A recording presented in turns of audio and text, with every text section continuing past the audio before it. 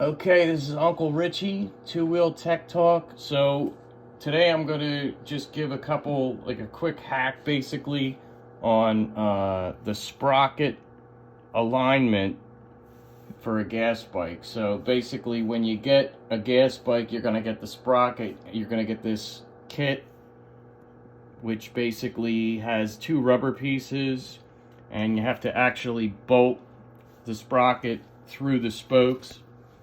So the video is really not going to be about how to do the actual bolting. That's actually a painful process, but you have to actually find where you can get the bolts through the spokes, bolt that on. But once you bolt that on, it's important that the sprocket is concentric with the rotating axis of the wheel. So basically, concentric means, for those who don't know what concentric means, is that there's a center point that goes through this axle, and that means that the center of this sprocket has to be in line with the center of the rotation of the axle. So once you get it bolted on, you want to make sure it's centered, but you also want to make sure that it's straight this way also, because you don't want the sprocket to be on an angle. So this video is really just a quick hack on how you could actually just, once you get it bolted on, this sprocket right now isn't completely tight. And the reason why I did that is I left it loose, so I can actually tap this, and then B, I can actually take this right now, and I can take this piece right here, I can rotate this, and I can see how far away.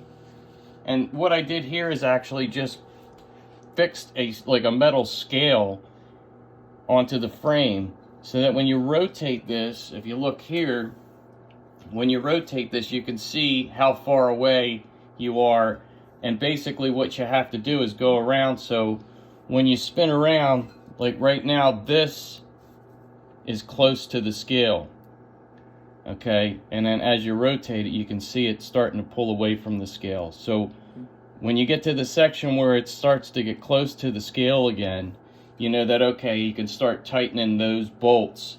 And when you tighten the bolts, it'll actually bring it in closer. But you want to go back and forth, so you want to get that to the point where that rotates and is even with the scale. I try to get it within at least like a 64th of an inch, which is 15 thousandths of an inch. Basically that's like folding a piece of paper 4 times. So the next way to do it is if you take this, and then you can actually get this close to the sprocket here,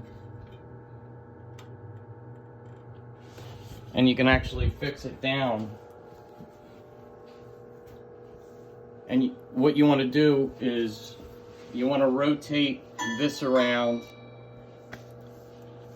You want to rotate this around until you make sure that this is within about a 64th or better distance wise, and that'll get you concentric.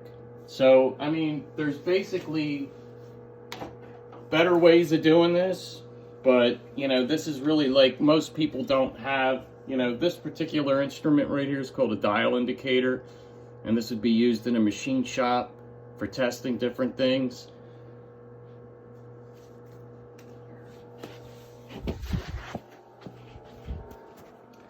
So basically, if you were to mount this here, you'd have to rig something up.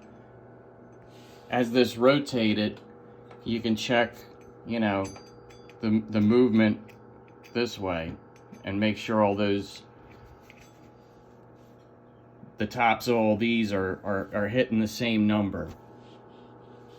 And that would let you know that you're concentric. And you could also do the same thing this way. Like right now, I can just hold this in place, and you can start to see how far out this is. But that isn't necessarily accurate until you have it locked in place with something like a clamp of some sort, and you know that this isn't moving. But basically you have to go back and forth, and you have to, you know, tap a little bit, tighten up some bolts, maybe tap a little bit, but you want to get this to where this sprocket is basically, you know, holding the same position within about a 64th of an inch from the scale, and the same thing top to bottom.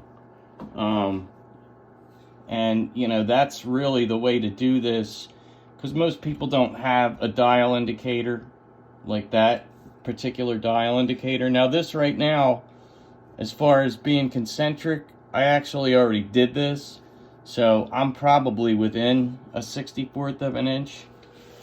If I spin this right now, you can see the distance between the top of this and the scale is pretty much the same. It might go out right now maybe about 15,000, so I could probably tap it and get it a little tiny bit better, but it's kind of a painstaking process that you have to go back and forth.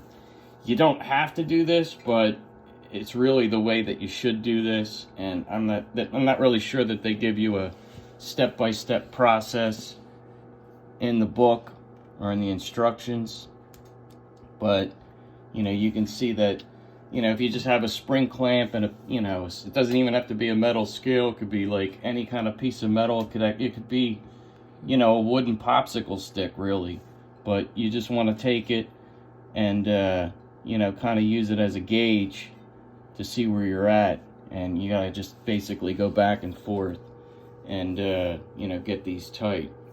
So tightening, tapping, moving around, checking with the scale, and that's basically the way, you know, that we're getting this sprocket lined up. And thanks for watching. From NW, Uncle Richie Productions, Uncle Richie's Two-Wheel Tech Talk Corner. If you have any questions, hit us up in the comment section. Alright. If you like this video, keep watching. Alright, let's see you guys.